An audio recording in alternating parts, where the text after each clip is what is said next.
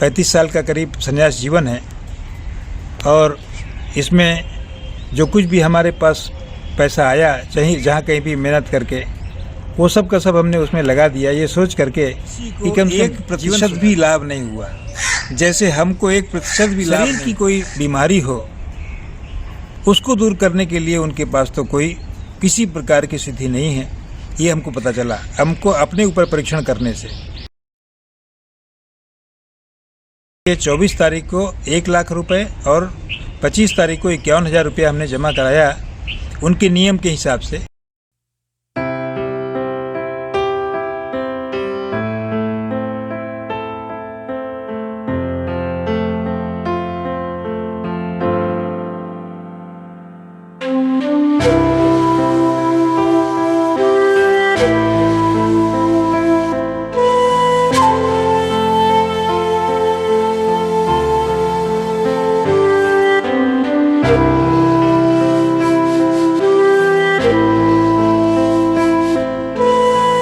स्वामी जी, आपका पूर्ण परिचय आप बताएंगे?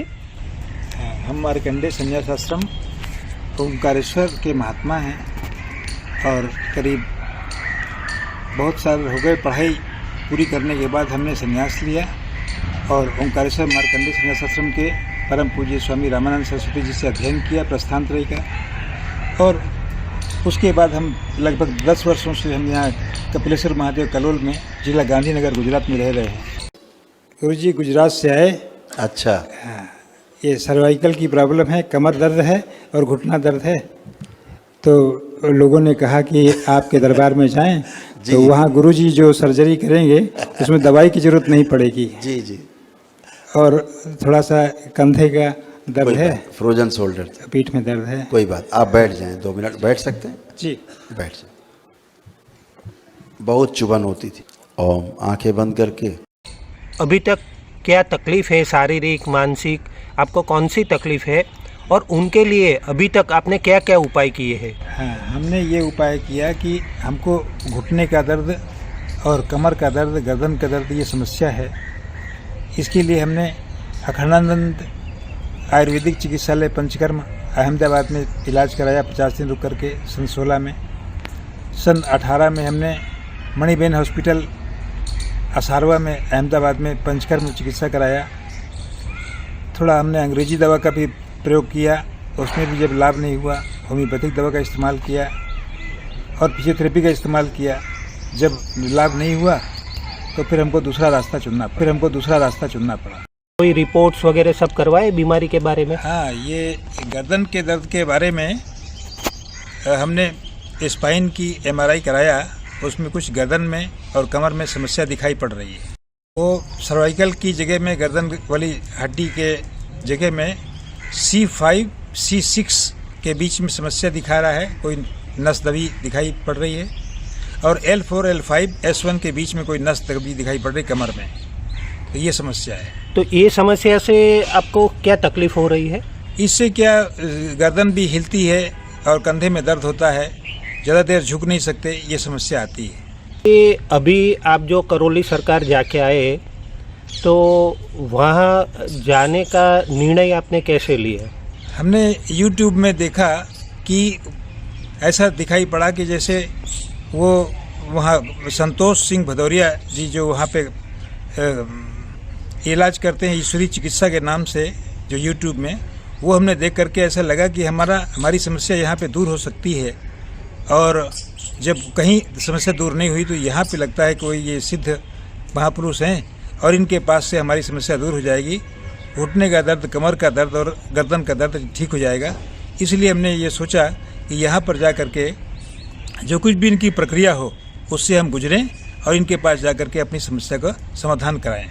आपको भूत प्रेत या नहीं, ऐसी कोई समस्या नहीं थी। अच्छा, केवल शरीर की समस्या थी, खाली शरीर, कोई बाहरी समस्या नहीं। बाहरी कोई समस्या नहीं थी। जी, आप जब वहाँ गए तो आपने कितने पैसे वहाँ जमा करवाए होंगे और उसमें क्या क्या आपसे साइन करवाई और आपको कौन सा प्रूफ दिया उन लोगों ने?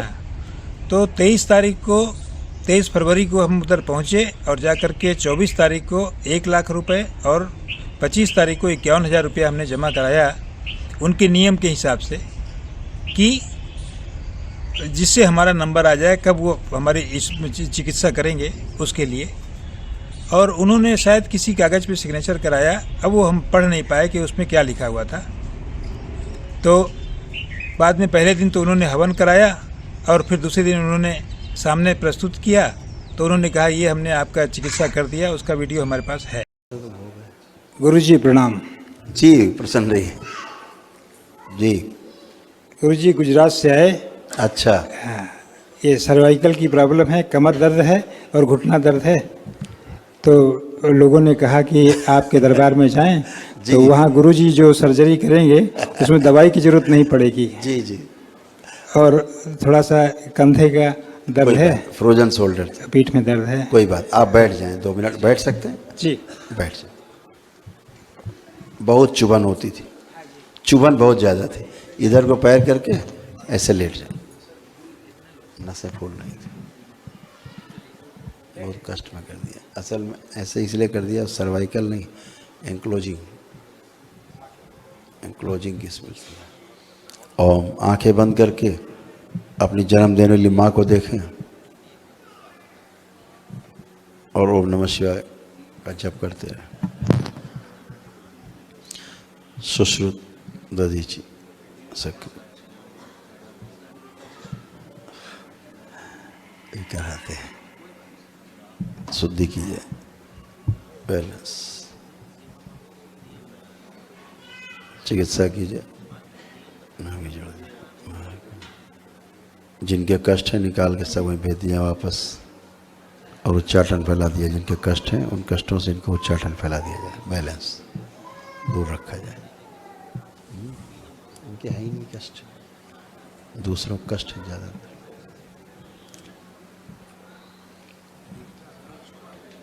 जोड़ दिया जाए ना माँ से, प्रक्रिया पूर्ण की जाए। शरीर सभी न्यूरॉन कोशिकाएं जो मृत हैं नष्ट करके सेवकाओं को खिला दें, उनके स्थान पर नए न्यूरॉन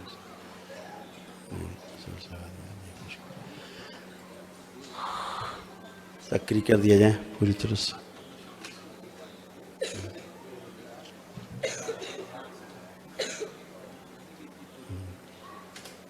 और बैलेंस तोड़ के रखी जाए इनकी माँ से, बैलेंस। सभी लोग कष्ट की स्मृति को स्मरण। 5 बार बोलिए ओम नमः शिवाय। ओम नमः शिवाय, ओम नमः शिवाय, ओम नमः शिवाय, ओम नमः शिवाय, ओम नमः शिवाय। आँख खोलें और करवट लेकर के बैठें, अपना बंधन 5 बार खींच लें, ओम नमः शिवाय बोल।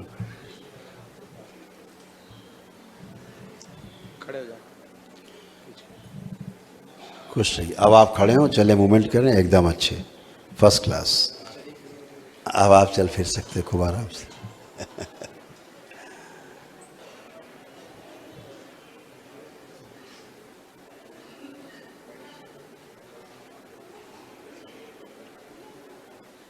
बहुत बढ़िया, खड़े हो बिल्कुल। अब आप बिल्कुल फर्स्ट क्लास हो गए, बच्चों की तरह, चिंता नहीं, एकदम बढ़िया हो गए। गुरुजी डॉक्टर साहब ने एमआरआई के रिपोर्ट में कहा था कि ब्रेन में आपके एक ट्यूमर है और पीठ में टी एरिया में 2 गांठें हैं, तो आपको भर्ती नहीं करेंगे। तो ऐसा है कि अब बेचारे डॉक्टर साहब लोग की एक सीमा है ना, और जो असीमित है उसका उन्हें ज्ञान नहीं, पता भी नहीं है। असीमित को असीमित ही देख सकता है, असीमित ही उसमें कुछ काम कर सकता है। तो शरीर की तो सीमा है, जीवन की सीमा नहीं है, वो असीमित है, क्योंकि असीमित का भाग है। तो असीमित का भाग होने के कारण जो असीमित को देख सकता है वही इसमें कुछ हो सकता है, कर सकता है। पूर्ण गुरु की क्षमता है।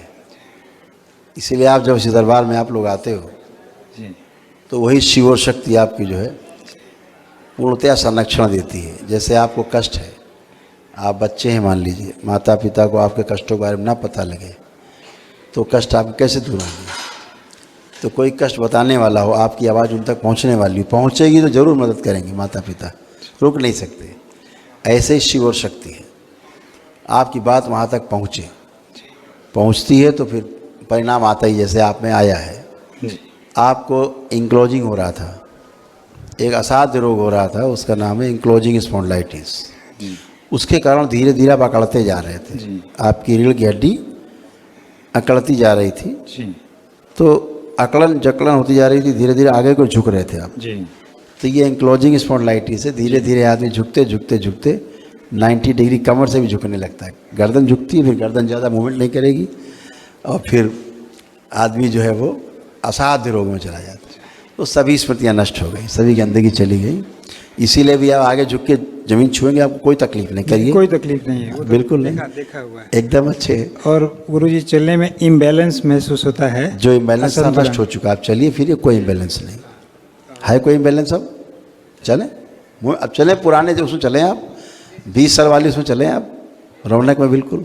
अब आपको लोग चलते देखेंगे तो सोचेंगे ये कैसे चलने लग गए अब। और गुरुजी हेड ट्रेमर जिसको बोलते हैं, हेड ट्रेमर, ये कंपन होता था। जी, जी। आप इसको लेपन करेंगे जी। तो ये जो नर्वस सिस्टम काफ़ी सूख रहा था आपका, जी। ये भी सब हरा हो जाएगा। बाकी सब बॉडी का सब ग्रीन किया गया है। मेन तो यही है, जी। इसको करें। जो 10-5% आपको टिमरिंग बची है ना, जी। ये भी समाप्त हो जाए। ठीक है, पर चलते। स्वामी जी वहाँ पे जो आपने 1.5 लाख रुपए आप जो बोल रहे हैं, 1,51,000 1,51,000 रुपया आपने वहाँ पे दिया, ऐसा लगा कि 1,51,000 में से उन लोगों का खर्चा कितना होगा अंदाजित? उन लोगों का खर्चा करीब 1,000 के आसपास उन लोगों ने वस्तु में, सामग्री में खर्च किया होगा, बस, अधिक से अधिक। और उन लोगों ने पहले 2-3 छोटे छोटे हवन करवाया और एक छोटा अभिषेक कराया। दूसरे दिन तो उन्होंने सीम सामने बैठा दिया और 1-2 ऑडियो सुनाया। उस समय हमारे साथ में उत्तर प्रदेश के प्रदीप शुक्ल जी भी थे और ऋषिकेश के आचार्य जयप्रकाश जी थे और हिमाचल के सुरेश जी भी थे। जब हम हवन करने बैठे तो हमारे उनसे परिचय हो गया कि जो 1.5 लाख रुपया आपने एक दिन की चिकित्सा में दिया, तो उससे सच में आपको लाभ हुआ या नहीं हुआ? हमको बिल्कुल लाभ नहीं हुआ। और हमको जब उस वहाँ से जाने के बाद, निकलने के बाद हमने गाड़ी पकड़ा और कानपुर पहुँचे तो हमको पता चला कि लाभ नहीं हुआ। और अब किस बात करें तो किससे बात करें, कोई व्यवस्था नहीं थी कि अगर लाभ नहीं हुआ तो किससे बात करें। और जिनके पास हमारा कांटेक्ट नंबर था, उनसे फ़ोन करके हमने पूछा, भाई आपको लाभ हुआ? उन्होंने कहा कि हमको लाभ नहीं हुआ। तो हमने देखा कि अरे ये तो सनातन प्रहरी भी वो लिखे हुए हैं अपने दरवाजे के बाहर में और इस प्रकार से कार्य कर रहे हैं। तो ऐसा लगा कि उनका भूत प्रेत और पितरों की चिकित्सा में हो सकता है उनके पास सिद्धि हो, लेकिन शरीर की कोई बीमारी हो उसको दूर करने के लिए उनके पास तो कोई किसी प्रकार की सिद्धि नहीं है। ये हमको पता चला हमको अपने ऊपर परीक्षण करने से, क्योंकि हमारा कोई प्रकार का दर्द नहीं गया और पैसा तो चला गया। तो हमको लगा कि ऐसा काम उनको नहीं करना चाहिए। तो स्वामी जी आपको ऐसा लग रहा है कि आपका जो 1.5 लाख गया तो उससे कोई आपको ग्लानि होती है, दुख होती है, या ये जो 1.5 लाख रुपया आपने जो इकट्ठे किए उसके लिए आपने कितने मेहनत किया, उसके बारे में कुछ बताएंगे? हाँ, जितना ये पिछले 20-25 साल में, जितना ये हमारा 35 साल का करीब संन्यास जीवन है और इसमें जो कुछ भी हमारे पास पैसा आया, चाहे जहाँ कहीं भी मेहनत करके, वो सब का सब हमने उसमें लगा दिया, ये सोच करके कि कम से कम जीवन सुधर जाए। लेकिन कोई लाभ नहीं हुआ, पैसा तो पूरा गया। और किसी प्रकार से कोई उपाय कर सकें वो पैसा वापस प्राप्त करने का, क्योंकि चिकित्सा में लाभ नहीं हुआ, ऐसा भी कोई उपाय दिखाई नहीं पड़ रहा है। जो अभी लोग FIR कर रहे हैं उनके ऊपर, तो आपका जो पैसा है वो गया, तो उसके लिए ऐसा कोई कानूनी कार्यवाही कुछ हो सकती है? इस बारे में कानूनी कार्यवाही नहीं हो सकती, क्योंकि वो लोग जो इस कागज़ में सिग्नेचर कराते हैं, ये पता नहीं रहता वो सिग्नेचर किस लिए कराते हैं, किस कागज़ पे कराते हैं, उस कागज़ में क्या लिखा रहता है। ऐसे टाइम में सबसे सिग्नेचर कराते हैं कि कोई भी नहीं पढ़ पाता कि जिस कागज़ में सिग्नेचर करा रहे हैं उस कागज़ में लिखा हुआ क्या है। और हमको तो ऐसा लगता है कि वो लोग चिकित्सा के नाम से पैसा जमा करते हैं और वो लोग एक दिवसीय हवन वाले कागज़ में सिग्नेचर कराते होंगे अपना सेफ साइड रखने के लिए। वहाँ पे कितने लोग होंगे एक दिन में ये जो करवाते हैं, और बाकी सारी जो चिकित्सा वहाँ पे होती है जो आपने देखा, तो उसके बारे में आप कुछ बता सकते हैं? हाँ, तो YouTube में जो हमने देखा था तो ऐसा लगा था बहुत भीड़ आती है। ऐसा लगा था कि लोग 53,000 वाला नव हवन करने की जो प्रक्रिया है उसमें भी लोग पैसा जमा कराते हैं, उसमें तो बहुत बड़ी भीड़ थी। और जो 15 आदमी कम से कम एक दिन में वो लोग हवन कराते हैं और सबसे 1,51,000 जमा कराते हैं, तो इसलिए आप स्वयं समझ सकते हैं कि कितना पैसा वो एक दिन में जमा कराते हैं। और उनका तो 21 एकड़ में बहुत बड़ा लंबा चौड़ा कई भवन बने हुए हैं, बड़ी बड़ी व्यवस्थाएं चल रही हैं। तो उनका इस प्रकार से बहुत से लोग जाते हैं और इस प्रकार से पैसा चिकित्सा के नाम से जमा करा के और वो लोग पैसा जमा तो करा देते हैं, फिर वापस मिलने का कोई चांस नहीं होता। ऐसा दिखाई पड़ा हमको। स्वामी जी, वो वहाँ पे ऐसा बोल रहे हैं कि जो पैसे आप जमा करवाते हैं उससे सरकार में जीएसटी भी वो लोग जमा करवाते हैं, वो जीएसटी सरकार में वो लोग भरेंगे, ऐसा कोई प्रूफ है आपके पास? वो लोग ऐसा दावा करते हैं, उनके पास हो सकता है ये बात हो कि वो जितना भी सामग्री वो लोग बेचते हैं चिकित्सा के नाम से, वो लोग हो सकता है जीएसटी देते हों, 12% 12% जीएसटी देते हों, ठीक है, ये उनकी बात है।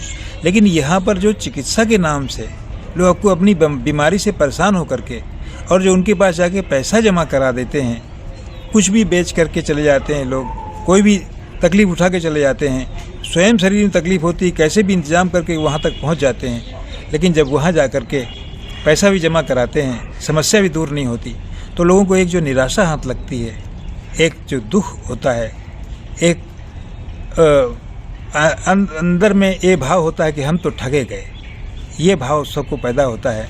और इससे ये अच्छी बात नहीं, क्योंकि जहाँ इससे सनातन धर्म बदनाम होता है। क्योंकि सनातन धर्म का मतलब ये है कि आप ना तो गलत बात बोलोगे, ना तो गलत काम करोगे, और ना तो आप किसी के साथ गलती हो रही है ना तो उसको बर्दाश्त करोगे। सनातन धर्म माने जो पहले भी प्रशंसनीय था, कर्म, वाणी और विचार, और जहाँ वो आज भी है और आगे भी रहेगा। सनातन का मतलब ये है, तीनों कालों में जो सत्य है, जो प्रशंसनीय है, वो सनातन है। तो इस ठगी के धंधे का नाम सनातन प्रहरी नहीं है। कुछ बता सकते हो जो सामान्य पब्लिक होगी जिनको कोई नॉलेज ही नहीं है, वो लोग भी ठगे जाते हैं, इसके बारे में आप कुछ बोल सकते हैं? हमारे पास एक ऑडियो है, एक जयप्रकाश आचार्य जी ने ऋषिकेश से भेजा है और उन्होंने कहा है, वो हम आपको देंगे आप।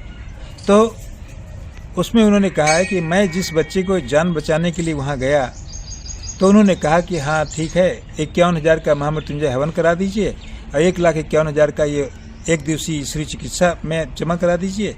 बोले मैंने 2 लाख से ऊपर जमा करा दिया, लेकिन जब वहाँ से जब लौटे तो 10 दिन बाद वो बच्चा मर गया, और जबकि वो कह रहे थे नहीं ये जिएगा, इसके अंदर प्राण दिखाई पड़ता है, ये तो इसका महामृत्युंजय हवन करा देंगे, इसको जीवन कुछ नहीं होगा। स्वामी जी, वहाँ आप 2 या 3 दिन रुके होंगे, तो आप लोगों से मिले होंगे, और आपके जो साथी भी होंगे वहाँ पे, जो एक दिवस की चिकित्सा में आपके सहभागी होंगे 10-15 लोग, तो ये सारे लोगों में से आपको किसी को भी लाभ पहुँचा है या नहीं पहुँचा, उसके बारे में आप कुछ बता सकते हैं?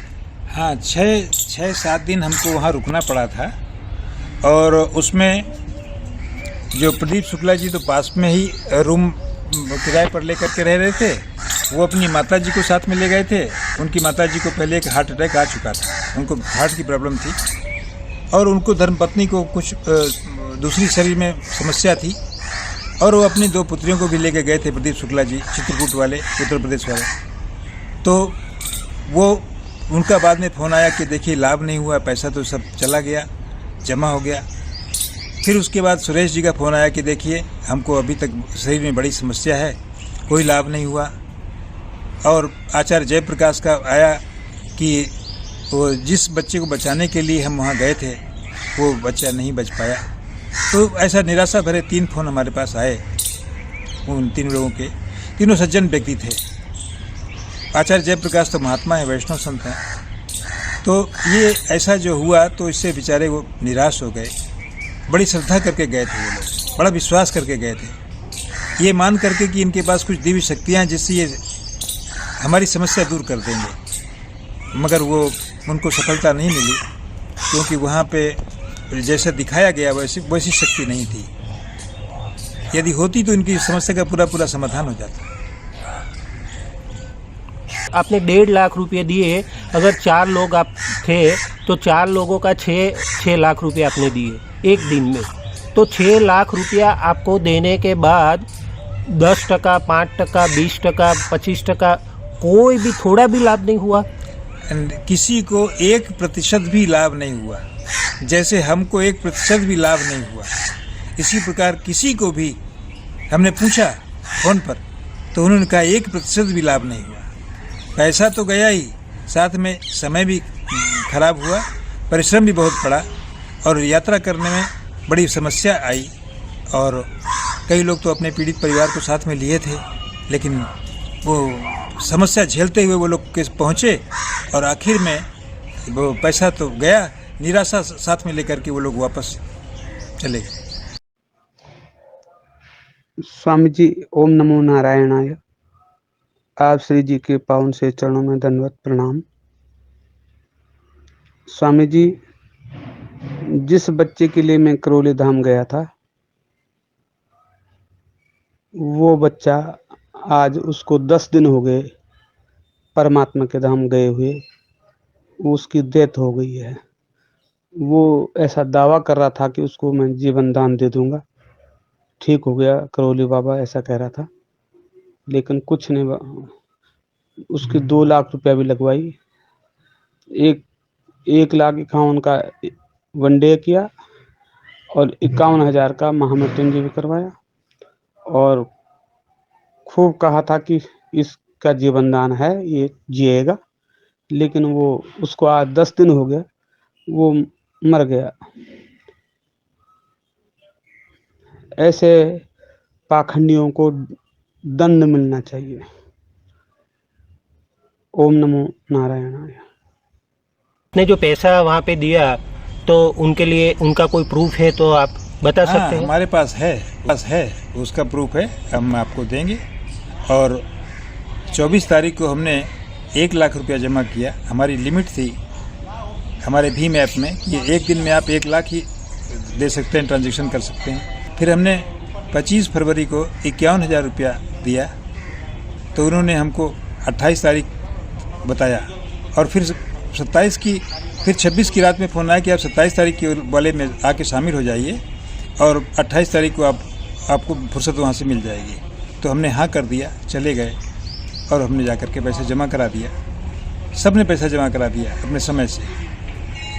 और इस प्रकार लगा कि जब उन्होंने कहा कि सामने खड़े होइए, तो उन्होंने कहा कि आप लेट जाइए, आपके घुटने में दर्द है, आपके कमर में और गर्दन की समस्या, तो अभी हम इलाज कर देते हैं। तो उन्होंने कहा कि धन्वंतरी आएँ और इनका सर्जरी कर दें, घुटने की, कमर की और कंधे की। और बाहर निकलने के बाद तो ये पता चला लाभ तो कुछ भी हुआ नहीं, निराशा हाथ लगी। ये सबके साथ हुआ है जो हमारे साथ, जिनका हमने नाम लिया।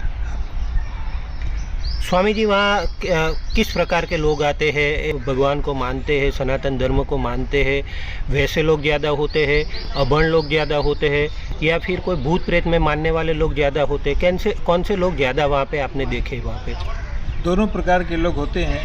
और तो उसमें हमारे साथ में जितने लोग थे सब पढ़े लिखे लोग थे, और उन्होंने इनके YouTube में वीडियो देख करके, और कि आप यदि जितनी श्रद्धा और विश्वास होगा उतना जल्दी आपका काम होगा, ये सोच के सब लोग श्रद्धा विश्वास करके गए थे कि यहाँ पे तो हमारा काम हो ही जाएगा। लेकिन अब सबको निराशा हाथ लगी, तो आप समझ सकते हैं कि वास्तविकता क्या है। स्वामी जी, ये अभी आप जो बोल रहे हैं कि हमको कोई लाभ नहीं हुआ, तो वहाँ पे करौली सरकार में जब आपने ये चिकित्सा करवाई, जब आप उनको मिले, तो उसी टाइम आप उनको क्यों नहीं बता पाए कि भाई ये हमको लाभ नहीं हुआ है? और वैसे आप बहुत सारे लोग थे, तो किसी भी एक भी लाभार्थी ने नहीं बताया वहाँ पे, बराबर? जैसे हमने आपको वीडियो देखा तो सब लोग चिकित्सा करके वहाँ से निकल रहा है। आपका प्रश्न समझ गए।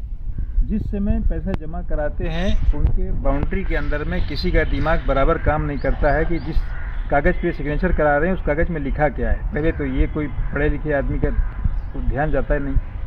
दूसरी बात यह है कि वो जब अपने हिसाब से चिकित्सा वाली बात करते हैं उस समय तक किसी का दिमाग काम नहीं करता। जब उनके गेट के बाहर लोग पैर रखते हैं, बाहर निकल आते हैं और अपने अपने जहाँ पे वो रुके होते हैं वहाँ जा कर के व्यवस्था करते हैं लौटने की, तब उनको समझ में आता है कि अब क्या हो सकता है। तो ऐसा उन्होंने कोई इंतजाम नहीं किया कि यदि आपको लाभ नहीं हुआ है तो आप किससे मिलें, किससे बात करें, किससे शिकायत करें, ऐसा उन्होंने कोई इंतजाम नहीं किया हुआ है। हाँ, इतना सुना है कि कोई डॉक्टर ने ऐसे प्रयास किया था तो उसके साथ हिंसा हो गई, इतना तो हमने सुना है। टीवी में ऐसा समाचार हमको प्राप्त हुआ है कि जो लोग अभी भी वहाँ जा रहे हैं, वो जाने की जिसको इच्छा है, जिनको लगता है कि हमको लाभ मिलेगा, तो उन लोगों के लिए आपका क्या संदेश है? हाँ, हमको ये कहना है कि हम और हमारे साथ में जितने थे उनको चूँकि लाभ नहीं मिला है और श्रद्धा के नाम से वो लूटे गए हैं, इसलिए अब हमको ये स्पष्ट रूप से कहना है कि भाई जिनको पैसा ये चिकित्सा के नाम से जाकर के गंवाना हो, परेशानी झेलते हुए यात्रा करना हो और निराश होकर के लौटना हो, वो लोग जाकर के वहाँ पे पैसा जमा कराएं, चाहे इलाज में या किसी प्रकार की चिकित्सा में। लेकिन ये ध्यान रहे कि अगर हमारी तरह उनको निराशा हाथ लगेगी, उस प्रकार के परिणाम के लिए वो लोग तैयार रहें। सरकार है, उन लोगों के ये इतने सारे लोग, इतना सारा पैसा लोगों का जा रहा है, तो उसके लिए उन लोगों को कुछ करना चाहिए या नहीं करना चाहिए? हाँ, जिनका पैसा गया है उनको उनके सामूहिक रूप से प्रशासन से आवाज़ लगाई जाए कि उनके साथ न्याय होना चाहिए और इस प्रकार का कार्य बंद होना चाहिए, तो ये कुछ हो सकता है। तो ये प्रशासन की बड़ी भारी जिम्मेदारी है कि ऐसा गलत काम को रोकें और लोगों के साथ जिससे न्याय हो सके और चिकित्सा के नाम से लोग जाके रुपयों से वंचित ना हो जाएं, अपने धन से वंचित ना हो जाएं, ऐसा व्यवस्था वहाँ पे होने चाहिए। लोगों की तरफ से कुछ इस बारे में प्रयास हो, तो प्रशासन की तरफ से प्रयास हो, तब जाकर के ये समाज की जो नई समस्या पैदा हो रही है, विश्वास, श्रद्धा, भक्ति के नाम से जो ऐसा परिणाम सामने आ रहा है, वो कम से कम रुकना चाहिए। क्योंकि सनातन धर्म में असत कर्म के लिए कोई स्थान नहीं। एक चीज़ वो भी मुझे आपसे पूछना है कि अगर आपका 1.5 लाख रुपया अगर आपको वापस मिल जाए, अगर ये संतोष जी देख रहे होंगे वीडियो, अगर उन तक पहुंचा है, अगर वो ऐसे मान जाए कि नहीं आपको कोई फ़ायदा नहीं हुआ है, अगर आपको पैसा वापस कर देता है, तो आपको कैसा महसूस होगा, वो थोड़ा शब्द में बताएंगे? पहले तो इसकी संभावना कम है, क्योंकि आप देख ही रहे हैं वहाँ का माहौल, वहाँ के जो समाचार आते हैं टीवी में, और यदि वो वापस कर देते हैं तब हम मान जाएंगे उनके अंदर कुछ सच्चाई है। हमारा तो फ़ोन नंबर भी उनके पास है। हम कलोल गुजरात से, गांधीनगर ज़िले से, और कपिलेश्वर महादेव मंदिर के महात्मा स्वामी देवानंद सरस्वती हम बोल रहे हैं। ये हमारा परिचय है। हमारा फ़ोन नंबर भी ये है 9409326055। और 24 और 25 फरवरी को हमने क्रमशः 2 दिन 2023 में हमने ये पैसा जमा कराया है। अगर वो वीडियो देखें, उनके समझ में आए कि महात्मा के साथ कम से कम ठीक ठाक बर्ताव करना चाहिए, महात्मा को लाभ नहीं हुआ तो उनको पैसा वापस कर देना चाहिए, तो इस नंबर पे हमारा देखें और वो अपना रजिस्टर देखें, अपना लैपटॉप देखें जिसमें उन्होंने डिपॉजिट किया था और डेटा को सेव किया था, वो देख करके और हमको लौटाएं तो बड़ी खुशी होगी हमको, और लगेगा कि हाँ कुछ वहाँ पे सच्चाई है। तो स्वामी जी, ये सबसे ज़्यादा जो दुख आपको हुआ है कि पैसा आपका जो गया और आपको लाभ नहीं पहुंचा, मुझे लगता है ये चीज़ सबसे ज़्यादा खटकने वाली। ये इससे धर्म में आस्था रखने वाले के मन को चोट लगी, और सनातन प्रहरी नाम से जो लिखा रखा है, तो उसमें उसकी मर्यादा उनको बना के रखना चाहिए।